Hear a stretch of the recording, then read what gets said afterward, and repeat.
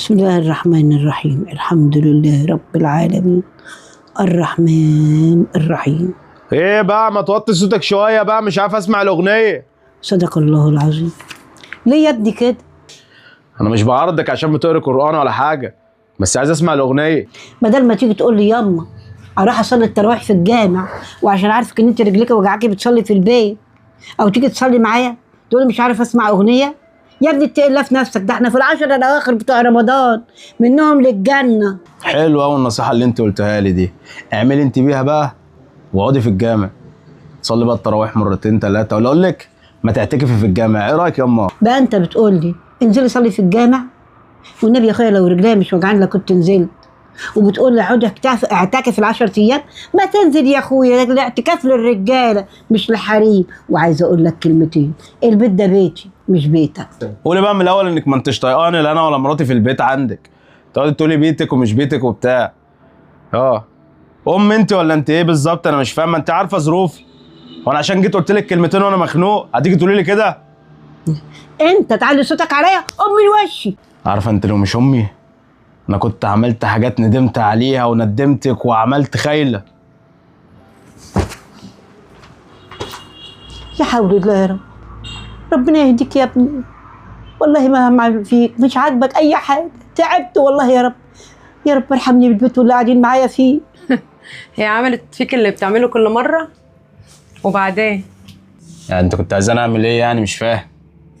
راحت جت امي، هعمل ايه؟ عايزاني اموتها يعني؟ لا ما قلتلكش اقتلها ولا حاجة، بس انا عايزاك تبقى راجل كده وتطلعني في شقة لوحدي وتصرف عليا. مش حلوة في حقك. يعني عايزاني اعمل ايه؟ اسرق ولا اقتل ولا تاجر في الممنوعات؟ ما تعالي الكلام اللي انتوا بتقوليه، وعيب لما تقولي لي تبقى راجل ومش لا تصرف عليا. انت عارفه كويس قوي ان مكفي وزياده.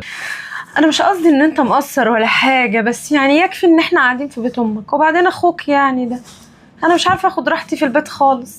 وبعدين يا ست استحملي شويه، على عتبة تموت يعني، يومين 3 شهر بالكتير وهتودع. كسبة ويمين شمال كده كسبة. اضرب اخويا دهبه، هتبقى بتاعتنا شقه في الاخر ما تقلقيش. انت مش هتاكل بعقل حلاوة زي كل مرة. روح شوف اخوك كان بيندهلك، شوفه عايز ايه. يلا. قال امه ايه يا عم عايز ايه؟ انت عايز تودي امك دار مسنين؟ مين اللي قال لك الكلام الفارغ ده على المسا؟ سمعتك.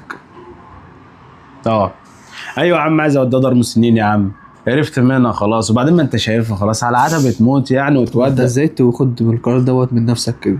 هي امك لوحدك يا ابني ولا ايه؟ عرفني الاول قبل ما تعمل اي خطوه. انا اخوك صغير بس لازم تقول لي، عشان انا محتاج امي اكتر منك. نزل ايدك بس الاول عشان ما توحشكش. انا هعمل اللي في دماغي، وانت مالكش راي اصلا. من امتى انت ليك راي؟ جاي دلوقتي تجعجع بصوتك؟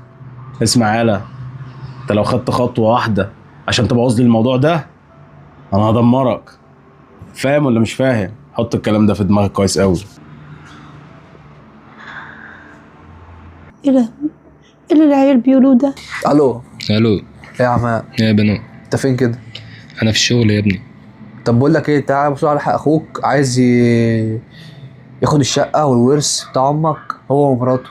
ايه ده هو مش عارف اعمل ايه. الواد ده اتهبل ولا ايه؟ يا عم ابني هو تعمل خالص ساحت على بعضها. بقول لا لك لا. يا جدع بكلمه وعايز يودي امك دار مسنين. ايه ده لا الواد ده ما ينفعش نسكت له خالص. انا جاي لك حلق. تعالى بسرعه. سلام. يلا سلام.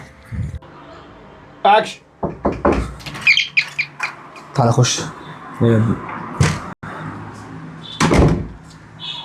هو امك قاعده من ساعه ما عرفت الخبر وهي قاعده نفس القعده دي. ايه يا ماما؟ اما يا ماما، امك مالها يالا؟ يا ماما يا ماما ما تسيبيناش يا ماما، اصحي كلميني.